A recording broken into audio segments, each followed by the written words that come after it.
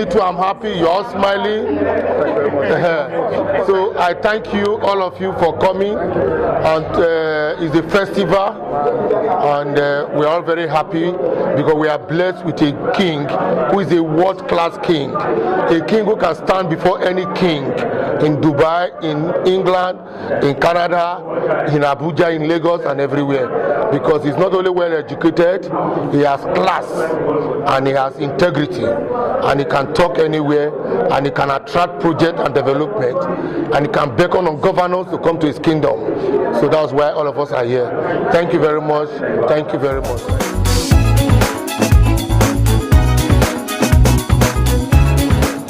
As you are aware, Agbon Kingdom comprises of several clans and communities that hold their festival different months. So on Agbon Day, everybody gather to do the festival, the cultural display, traditional display, and the achievement of the entire Agbon Kingdom is espoused. So it's a great day, and in this today's occasion becomes special because the Agbon people also decided to honor His Excellency Senator Dr. Ato Efa-Yokowa, the governor of Delta State, for his contribution to the development of Agbon Kingdom. As you are aware, a lot of projects are going on in Agbon Kingdom. For instance, the Siokolo Ruakpo Ekrabe Road, 8 kilometers of road, costing almost 2 billion naira, is under construction by the Delta State government. That is a lot of sacrifice at this time when we're in economic recession or depression. We all are aware that this country is facing a major economic challenge. So we're in a valley. Nigeria is in a valley, not the valley of death, but it's a very deep valley, a gully. So coming out of that valley is a problem. So there's no money. So for the governor to commit that volume of money to develop Agbon Kingdom is a lot. There's another 8-kilometer road from Okpara Inland to Samagidi. That is another major road in Agbon Kingdom that the governor is also constructing. Also the phase section between Okpara Inland and Samagidi. Phase section of Okpara Inland and Okurikpo by the railway station, where the Fulani herdsmen normally kidnap our people and kill them. So the governor is already fixing that area of the road so that it can be a very good road, and then security problem will be taken care of. So so these are the reasons we need to celebrate the governor of Delta State.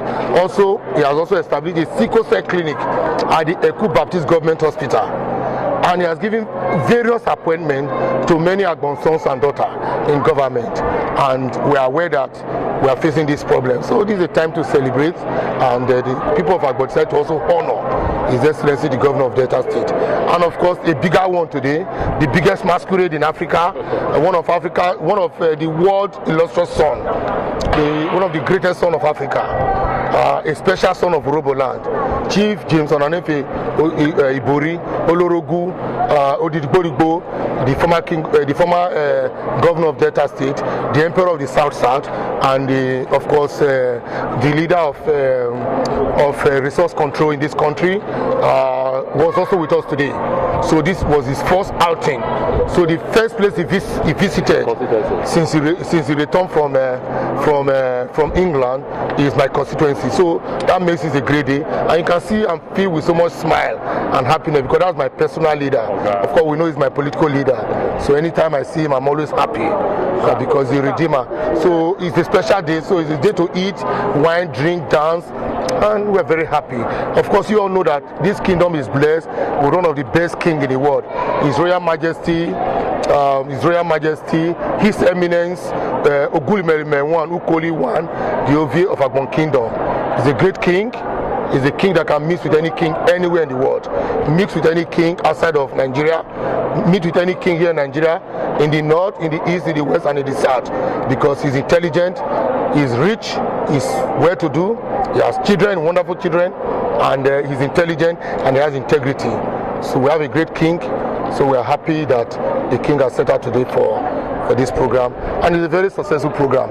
Of course, you are aware too that we have been having darkness in Agbon Kingdom, and I've been the driver of the solution, where I had to negotiate with the Benin Electricity Distribution Company, BEDC, and then they came up with a treasurer's bill of about 400 million naira.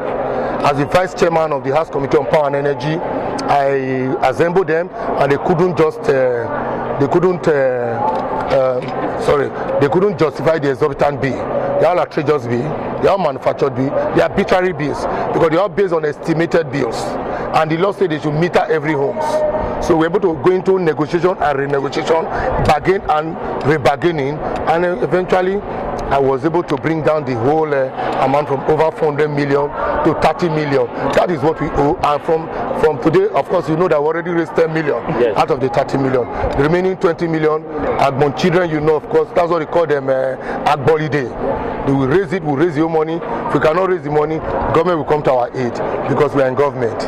So for me, I'm very happy that Agbon Kingdom, we have light and electricity very soon, and everywhere will be glowing again.